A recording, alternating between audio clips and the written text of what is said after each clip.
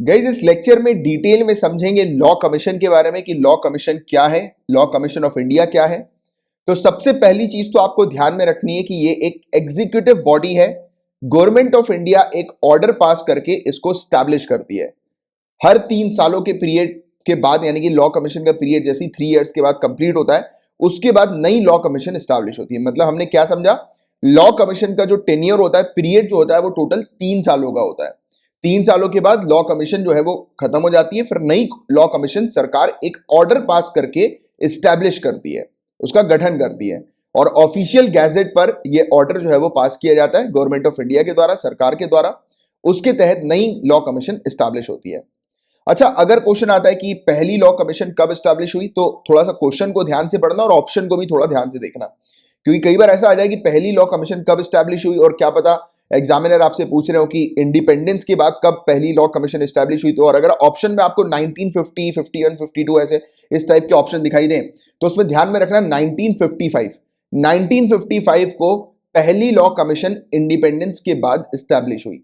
But अगर question आ जाता है कि ब्रिटिश एरा में पहली लॉ कमीशन कब स्टैब्लिश हुई थी, यानी कि प्री इंडिपेंडेंस पहली लॉ कमीशन कब स्टैब्लिश हुई थी, तो आपको ध्यान में रखना है 1834 में ब्रिटिश राज के समय पर पहली लॉ कमीशन स्टैब्लिश की गई थी। और ये जो लॉ कमीशन पहली स्टैब्लिश की गई थी, ये चार्टर एक्ट 1833 के तहत की गई थी। या फिर ऐसा क्वेश्चन आ जाता है कि किस चार्टर एक्ट के अंदर लॉ कमीशन के बारे में मेंशन है, लॉ कमीशन को स्टैब्लिश करने के बारे में मेंशन है, तो चार्टर एक्ट 1833 आपको ध्यान में रखना है। ये कुछ फैक्चुअल डेटा होता है, इंफॉर्मेशन होती है जो कि अक्सर सिविल सर्विसेज में पूछी जाती है, तो इसको आपको थोड़ा सा ध्यान में रखना है। और पहली लॉ कमीशन ब्रिटिश राज के समय पर, उस समय चेयरमैन कौन थे, तो मैकॉले हम लोग को देखने को मिले थे। इन्होंने IPC, Indian penal code, CrPC, criminal procedure code और भी काफी सारे ऐसे जो कोड्स हम लोग को देखने को मिलते हैं कानून के अंदर, तो उसको कोडिफाई करने के लिए इन्होंने रिकमेंडेशन दिए थे, राइट, मैकॉले ने। तो ये चीज आप लोग को थोड़ी सी ध्यान में रखनी है। अच्छा, इसके अलावा लॉ कमीशन का काम क्या होता है, तो काफी डिटेल में इसके पूरे फंक्शंस को अपन डिस्कस करेंगे, बट बिफोर दैट एक ओवरव्यू ले लो। इसका काम क्या होता है, हमारी कंट्री के अंदर कानून में सुधार लाने पर ये रिकमेंडेशन देती है।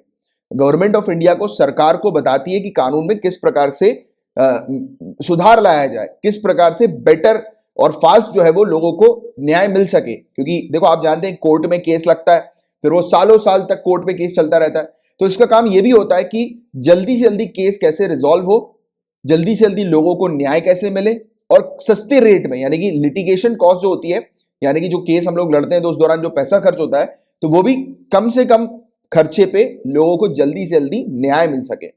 और जो प्रॉपर जो लीगल जो प्रोसीजर होता है ना, इसकी पूरी प्रोसेस होती है लीगल प्रोसेस, उसको भी ये इजी बनाने के ऊपर वेरियस रिकमेंडेशन देती है।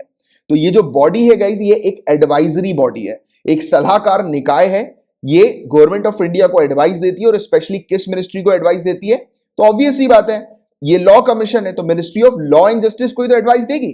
तो ministry of law and justice को ये एडवाइस देती है कि हमारी कंट्री के अंदर किस प्रकार से कानूनी सुधार लाए जाए।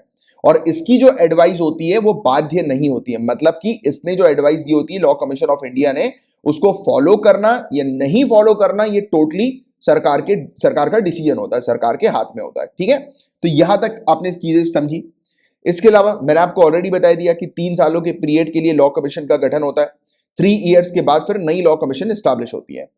और इसमें कौन से मेंबर्स होते हैं, तो उसमें एक फुल टाइम चेयरपर्सन होते हैं, 4 फुल टाइम मेंबर्स होते हैं, जिसमें मेंबर्स सेक्रेटरी के तौर पर हम लोग को देखने को मिलते हैं। सेक्रेटरी यानी कि आईएएस ऑफिसर इसमें आपको देखने को मिल जाएंगे। इसके अलावा डिपार्टमेंट ऑफ लीगल अफेयर्स के सेक्रेटरी इसमें मौजूद होते हैं, जो कि एक्स ऑफिशियो मेंबर के तौर पर होते हैं। और लेजिस्लेटिव डिपार्टमेंट के भी सेक्रेटरी एक्स ऑफिशियो मेंबर के तौर पर देखने को मिलते हैं। और बताया जाता है कि इसमें 5 से ज्यादा पार्ट टाइम मेंबर्स नहीं हो सकते। तो ये कुछ बेसिक फैक्ट्स हैं इनके मेंबर से रिलेटेड। इसके अलावा लॉ कमीशन ऑफ इंडिया को जो भी सरकार बताती है, जो भी सरकार मतलब यानी कि ministry of law and justice जो भी लॉ कमीशन ऑफ इंडिया को बता रही है कि इस चीज पर रिसर्च लॉ कमीशन को करनी है, इस चीज पर रिपोर्ट जो है वो तैयार करनी है, तो वो उसके अकॉर्डिंग काम करती है। या फिर लॉ कमीशन अपने हिसाब से भी कानून को बेटर बनाने के लिए, जस्टिस डिलीवरी सिस्टम को बेटर बनाने के लिए जो पूरी जो प्रोसीजर होती है जस्टिस डिलीवरी सिस्टम में, जिसमें डिले हम लोग को देखने को मिलता है, सालों सालों तक जो केस चलता रहता है, जैसे मैंने भी आपको थोड़ी देर पहले बताया था, तो ये जो इतना डिले होता है उसको खत्म करने पर भी ये वेरियस रिकमेंडेशन देती है, यानी कि खुद से वेरियस रिसर्च करती है कि नए नए रिफॉर्म्स कैसे लाए जाएं, जिससे कि सस्ते रेट में जो है वो केसेस मतलब कंप्लीट हो जाए, राइट, लोगों का ज्यादा पैसा खर्च ना हो। और गरीबों के ऊपर भी फोकस करती है कि गरीब जो है कि गरीबों को लीगल प्रोसेस की सर्विसेज जो है वो आसानी से मिल सके, राइट, बिना किसी प्रॉब्लम के। तो ये सब चीजें भी हम लोग को इसमें देखने को मिलती है। कानून को आइडेंटिफाई करती है कि कौन से कानून है जिसकी आज की डेट में आवश्यकता नहीं है, फिर उसको रिकमेंड करती है सरकार को कि ऐसे कानून को जो है वो हटा दिया जाए जो किसी काम के नहीं है, राइट। और जो एग्जिस्टिंग जो लॉ है, यानी कि जो ऑलरेडी जो कानून हम लोग को एट प्रेजेंट देखने को मिलते हैं, तो उस पर रिसर्च करती है, एग्जामिन करती है, उसकी जांच करती है कि वो ठीक है कि नहीं, उसमें कोई ऐसा क्लॉज तो नहीं है जिसके कारण से कुछ लोगों को परेशानी हो। तो वो इस प्रकार से पूरी डिटेल स्टडी करती है कानूनों की और जो एग्जिस्टिंग लॉज है उनकी भी, और हटाने पर भी रिकमेंडेशन दे देती है अगर इसको लगता है तो। और बाकी मैंने आपको बताया कि इसके द्वारा लॉ कमीशन ऑफ इंडिया के द्वारा दिए गए जो रिकमेंडेशन होते हैं वो बाध्य नहीं होते हैं, मतलब सरकार को फॉलो करना है तो करेगी, नहीं करना है तो नहीं करेगी, ठीक है।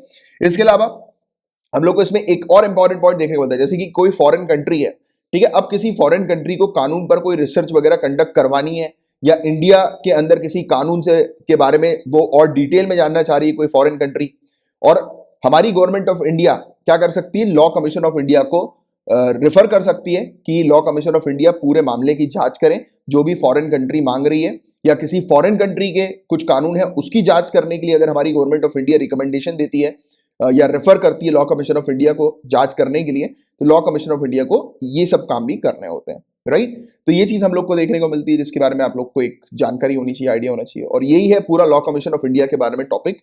और लॉ कमीशन ऑफ इंडिया की सिर्फ इतनी अंडरस्टैंडिंग आपको होनी चाहिए कि लॉ कमीशन ऑफ इंडिया के अपन ने देखा कि कितने सालों के लिए रहती है, क्या क्या ये काम करती है, और बेसिक कुछ अपन ने फैक्ट जाने थे इसके मेंबर से रिलेटेड, ठीक है। तो इतना पूरा सफिशिएंट टॉपिक है लॉ कमीशन ऑफ इंडिया का, और इसकी काफी सारी रिपोर्ट्स हम लोग को देखने को मिलती है।